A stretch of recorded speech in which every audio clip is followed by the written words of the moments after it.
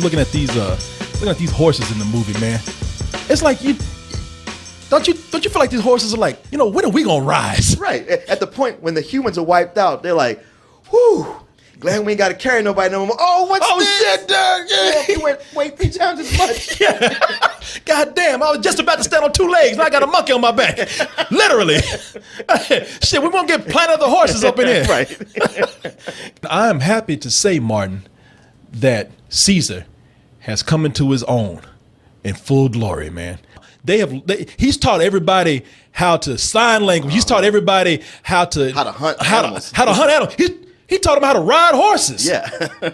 They're actually more to the point of like, do humans even exist? We haven't even seen one of them in a long time. And somebody else said if they do, fuck them. Yeah. Yeah. But humans being humans. But humans being humans always got to stick their nose in something. Can't leave well enough alone. Always looking for shit. Yep. They come around looking for a power plant. And that power plant just happens to be in the area of the apes. Now, this movie is a struggle between the survival of species. And nobody's trying to really mess with anybody. They're just, the people say, hey, we need to get to that power plant in order to cut our power back on in the city. The apes say you need to get off our property. Yeah, the apes say, we need to get you to get the fuck out of here.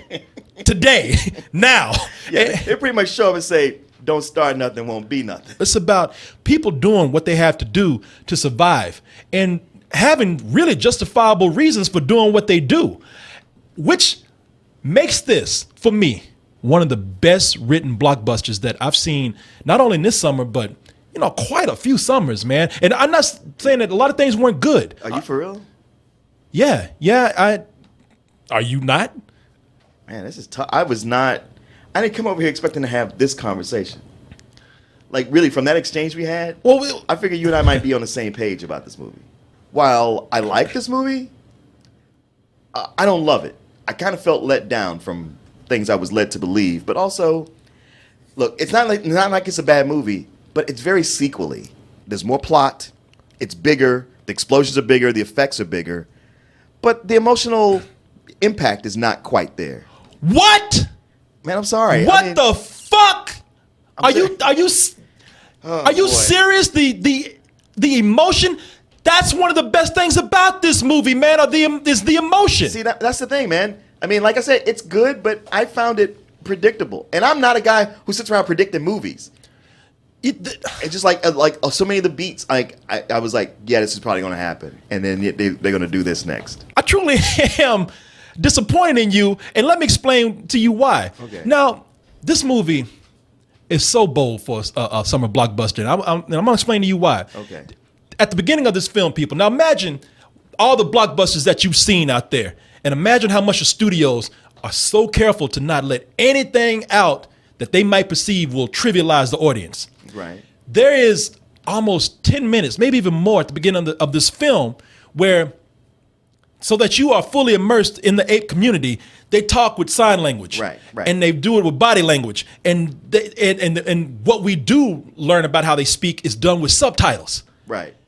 And I don't know of any other blockbuster out there this summer that would have the balls to come out, or a studio that would allow to have the balls to come out and do something like that. Out of all the shit that we had to go through this summer, Transformers, Godzilla. You complain about Godzilla. I give you Godzilla, but out of all the shit that were blatant cash grabs, Martin, you're gonna come out and criticize this, and what makes me upset is that when you get something that people actually try their ass off for, you turn around and you shit on it. Now this was a bit of a cash grab too, because they were what? The thing is, when I came out of this movie, so a good friend of ours, we haven't seen in a while. He was with his buddy, and I was asking him, "Hey man, what's your favorite thing about the movie? That you love it so much?" He said, "You kidding me? There is a scene with a gorilla on a horse jumping through fire with a machine gun. That is badass." And to me, that's like all the people who see Transformers and go like, it's got explosions.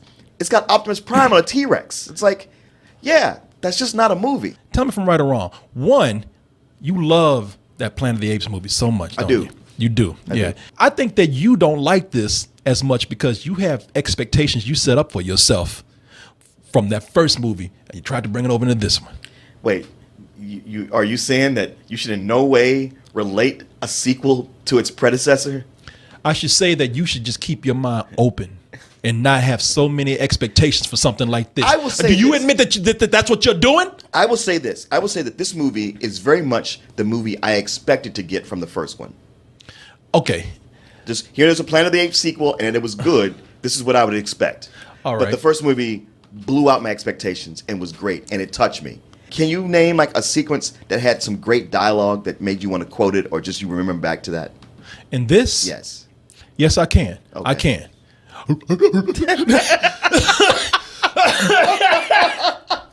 That was Oh, you're right. That was genius. the way did you feel the emotion behind those words? I should never have spoken to you. I blame myself. I should never have said a fucking word to you because I was the one that said, man, I heard this was great. I built this up for you too much, didn't I? Well, how can I say this? Yes, but I think you did it for yourself as well. Like everything you're accusing me of, you're exactly vulnerable to. That you came in with your brain shielded because you came in with the idea this movie was great before you even saw it.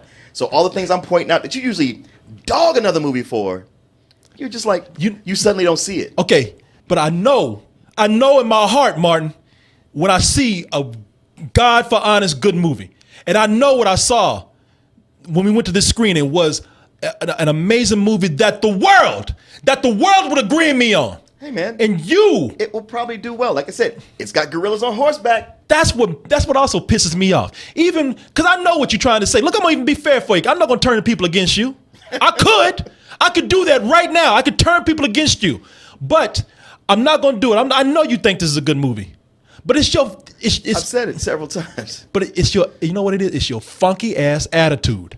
I will be fair, and I will even tell you this much: the people in the movie, I don't feel like the humans were all fleshed out in this film. They say you had the predictable types. You had the one good man like Jason Clarke. Yeah. God damn, Jason Clarke got an ape head himself. Look at that. Got a big ass head. Look at that. He showed up to play one of the apes. Yeah. they hired him for that, and he just never put the suit on. He looking at the ape right now. Like he think he looking in the mirror right now. Huh? Is that me? People got a forehead. He got an ape head. They sell it on Gary Oldman. He's barely in the movie. You know what? I was going to say one of the people that I thought did a great job in this movie was Gary Oldman. Gary Oldman, he came in looking at the trailer. You thought that he was going to be a bad guy. And he's one of those people where I told you, he's like a complex character. Because you don't really know where his allegiance is, or is he good? Is he not? This is why they should consider people for Academy Awards when they actually do motion capture. They look amazing. They do. They look. They've reached that point. The point that we always want to complain. They've reached that point where they actually look like real creatures standing beside human beings. No. They are technologically. They're at a point now where like they can do anything. You see something in this film that you hardly ever see in big money blockbuster films, and that is sincerity. Even when Martin, when you say there's a badass ape on ape fight toward the end, I'd certainly give it that. No, you bullshit now too. As much I respect you, Martin. I respect you as a friend. I respect you as a human. I respect you as an ape if you were one, and I respect you as a critic. But right now, I feel like I have to tell people: do not listen to him. He will lead you wrong. I give this a better than sex, and I am proud to give it that. And I will remember that a year from now if we're around saying I proudly gave this movie better than sex. Well, I didn't love the movie like you did. Obviously not. But I did like it, and I thought it was good. And I give it a low full price. A low full price. A low full price with attitude. I'd just be like, it wasn't what I was hoping it would be. You know what? I'm about to go Kobo on your ass right now. God damn you, Martin! Shit! I'm not gonna be like you. I'm going to. No, listen. Come on, ooby doo. I want to be like you. See, no, you would not make me laugh. They should have put a scene like that in the movie. No, Martin, you trying to make me laugh? I ain't doing it. No. Jungle VIP. No. No, you not. No. This is not. This is not fun. Come on, this is not fun and games right here. A little bit. No. I see the corners of your mouth. No. No, I will not. I'm gonna turn my head. Stop, no, that. Stop, No, shut up. You ain't gonna make me smile. You love that Jungle Book.